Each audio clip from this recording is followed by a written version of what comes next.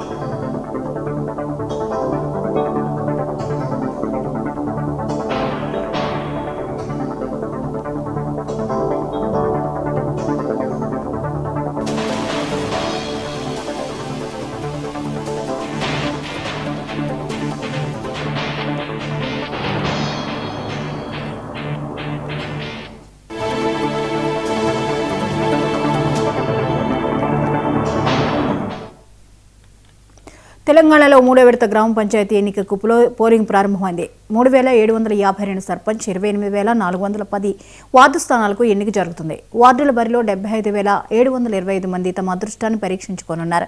ఎన్నికలు ప్రశాంతంగా నిర్వహించేందుకు పోలీసులు భారీ బందోబస్తు ఏర్పాటు చేశారు.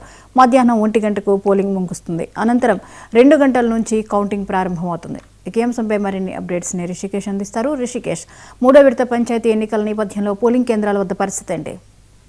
గుడ్ మార్నింగ్ జ్యోతి. పోలింగ్ కేంద్రాల వద్ద ఓటర్లంతా చలి తీవ్రతను లెక్క చేయకుండా బారులు తీరినటువంటి పరిస్థితి కొనసాగుతుంది. తెలంగాణ పల్లె పంచాయతీ ఎన్నికల్లో ఆఖరి ఘట్టం నేటితో ముగియనుంది.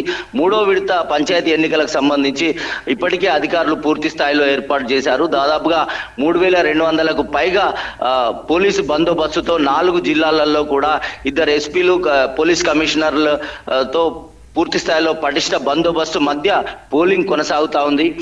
అయితే తెలంగాణ రాష్ట్ర వ్యాప్తంగా 4157 స్థానాలకు నోటిఫికేషన్ జారీ చేయగా 394 స్థానాలు ఇప్పటికే తెలంగాణలో ఏకగ్రీవమైనట్టుగా తెలుస్తా ఉంది.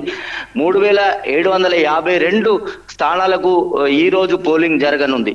ఇటు ఉమ్మడి కరీంనగర్ జిల్లా వ్యాప్తంగా చూసుకున్నట్టయితే 408 స్థానాలకు నోటిఫికేషన్ జారీ చేయగా ఇక్కడ 22 స్థానాల్లో ఇప్పటికే ఏకగ్రీవం అయ్యాయి. 386 స్థానాలకు పోలింగ్ జరుగుతుంది. ఈ రోజు మొత్తంగా 1224 స్థానాల్లో 3 విడతల్లో కలిపి పోలింగ్ పంచాయతీ ఎన్నికలు నేటితో ముగియనున్నాయి. ఇది ఆఖరి పోరాటంగా పంచాయతీ ఎన్నికల సర్పంచ్ అభ్యర్థులు కావచ్చు, వార్డు అభ్యర్థులు కావచ్చు, వారి యొక్క అదృష్టాన్ని పరీక్షించుకోనున్నారు. మొత్తంగా కూడా ఉమ్మడి కరీంనగర్ జిల్లా వ్యాప్తంగా కావచ్చు, తెలంగాణ రాష్ట్ర వ్యాప్తంగా పంచాయతీ ఎన్నికల్లో ఓటు చైతన్యం వెల్లివిరిసింది. ఇప్పటికే 2 విడతల ఎన్నికల్లో 82% పైగా పోలింగ్ నమోదైన నేపథ్యంలో ఈసారి మూడో విడత ఎన్నికల్లో ఎంతవరకు పోలింగ్ శాతం నమోదైంది అనేది ఆసక్తికరంగా మారింది. చాలా విచిత్రాలు ఈ యొక్క ఎన్నికల్లో చోటు చేసుకున్నాయి. 82 ఏళ్ల వృద్ధురాల్ని మంతిలో గెలిపించారు అభ్యర్థులు. మరోవైపు కొరుట్ల నియోజకవర్గానికి సంబంధించి దేశాయపల్లిలో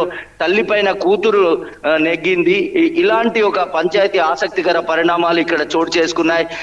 చింతల్టానా, రాజన్న సిరిసిల్ల జిల్లాకు సంబంధించి చింతల్టానా ప్రాంతంలో మరణించిన అభ్యర్థిని గెలిపించి ఒక అసాధారణ తీర్పును చింతల్టానా ప్రజలు ఇచ్చారు. ఇప్పటికీ ఆ తీర్పు పెండింగ్ లో ఉంది. ఎలక్షన్ కమిషన్ నిర్ణయించాల్సి ఉంది. ఇలా రిజర్వేషన్లకు సంబంధించి అనేకమైనటువంటి అంశాలు, హింసాత్మక ఘటనలు కూడా ఈ పంచాయతీ ఎన్నికల్లో చోటు చేసుకున్నాయి.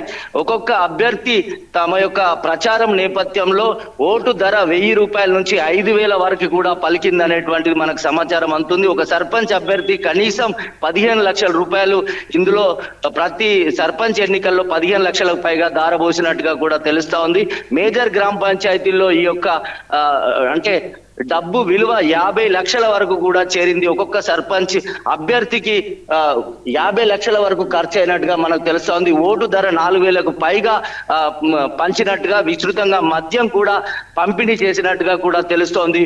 ఎన్నికల్లో ప్రధానంగా సర్పంచ్ అభ్యర్థులకు సంబంధించి కోతుల బెడదకు సంబంధించిన నివారణ ప్రధాన మేనిఫెస్టోగా ఆసక్తికర పరిణామాలు. కోతుల బెడదను నివారిస్తామన్న సర్పంచ్ అభ్యర్థుల్ని ఎక్కువ శాతం ఇక్కడ ఉమ్మడి కరీంనగర్ జిల్లా వ్యాప్తంగా ఉన్న పంచాయతీలలో కోతుల బెడద నివారణ చెప్పినటువంటి సర్పంచ్ అభ్యర్థులే గెలుపొందారు. సర్పంచ్ అభ్యర్థుల ప్రధాన మేనిఫెస్టో కోతుల బెడద నివారణనే అయింది అనేటువంటిది ఈ ఎన్నికల్లో ఆసక్తికర పరిణామం. ప్రసిద్ధ పుణ్యక్షేత్రమైనటువంటి కొండగట్టు గ్రామ పంచాయతీ ముత్యంపేటలో కాంగ్రెస్ కైవసం చేసుకోగా, మేజర్ గ్రామ పంచాయతీగా ఉన్నటువంటి మల్యాలను బీజేపీ కైవసం చేసుకుంది. మొత్తంగా 2 విడత ఎన్నికల్లో 2 సంవత్సరాల సుదీర్ఘ పాలన అందించినటువంటి కాంగ్రెస్ సముచితమైన స్థానాలకే పరిమితమైనప్పటికీ అంటే బీఆర్ఎస్ పని అయిపోయింది అన్నటువంటి నేపథ్యంలో పంచాయతీ ఎన్నికల్లో తనదైన శైలిలో బీఆర్ఎస్ మార్కు చూపెట్టింది. పల్లెలలో బీజేపీ లేదు అనేటువంటి ఒక వాదన తెరపైకి వచ్చిన నేపథ్యంలో ఇక్కడ పెద్ద ఎత్తున బీజేపీ తన స్థానాలను, తన మార్కును చాటి చెప్పడం అనేటువంటిది ఆసక్తికర పరిణామం. 3 ప్రధాన పార్టీలకు సంబంధించినటువంటి అంటే నిర్ణయాన్ని ప్రజలు ఇక్కడ తీర్పుగా ఇచ్చారు. ఆసక్తికరమైన తెలంగాణ పంచాయతీ ఎన్నికల్లో ఆసక్తికరమైనటువంటి నిర్ణయాలు వెలువడ్డాయి. మొత్తంగా కూడా 3వ విడత ప్రశాంతంగా ఉదయం 7 గంటలకు ప్రారంభమైన పోలింగ్ ప్రక్రియ 1 గంట వరకు కొనసాగనుంది. ఇప్పటికే రిటర్నింగ్ అధికారులు, కలెక్టర్లు, కమిషనర్ల ఆధ్వర్యంలో ఈ యొక్క ఎన్నికలు సజావుగా కొనసాగుతూ ఉన్నాయి. మధ్యాహ్నం 1 గంట వరకు కూడా పోలింగ్ కొనసాగుతుంది. ఆ తర్వాత లంచ్ తర్వాత 2 గంటల నుంచి కూడా కౌంటింగ్ ప్రక్రియ ప్రారంభమవుతుంది. సాయంత్రానికల్లా మొత్తం స్థానాలకు సంబంధించినటువంటి విజేతలను నిర్ణయిస్తారు. దీంతో ఈ రోజు 3వ దశ ఎన్నికలతో పంచాయతీ ఎన్నికల సంగ్రామం ముగుస్తుందని చెప్పొచ్చు జ్యోతి. ఇక 2 విడతల పోలింగ్ ఫలితాల ప్రభావం ఈ 3వ విడత మీద ఉండనుందా? తప్పకుండా ఉంటుంది జ్యోతి. ఎందుకంటే ఇప్పటికే మొదటి విడతలో కొంత కాంగ్రెస్ పార్టీకి తక్కువ స్థానాలు వచ్చాయి. బీఆర్ఎస్ తర్వాత బీజేపీ కొంత మార్కును చూపెట్టింది. ఆ తర్వాత జరిగిన పరిణామాలు పూర్తిగా 2వ విడత పైన ప్రభావం చూపెట్టాయి. 82% పైగా పోలింగ్ జరిగింది. మొదటి ఎన్నికల్లో కాంగ్రెస్ కొన్ని స్థానాలను తక్కువ స్థానాలను కైవసం చేసుకోవడంతో 2వ విడత ప్రచారానికి కేబినెట్ మొత్తం గ్రామాలలో తిరిగింది.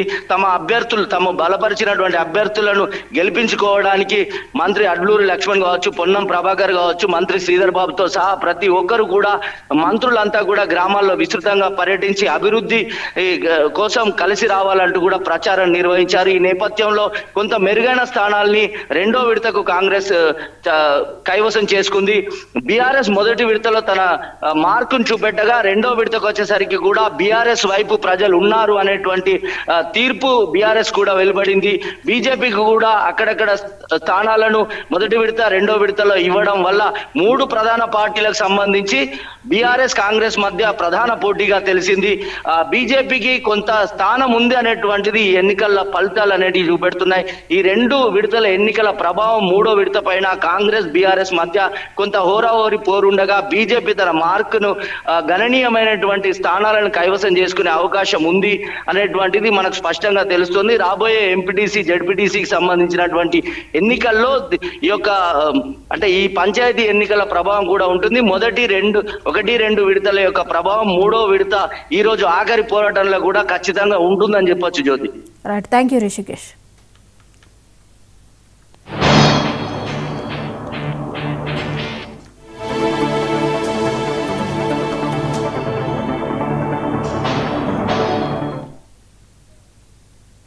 ఏపీ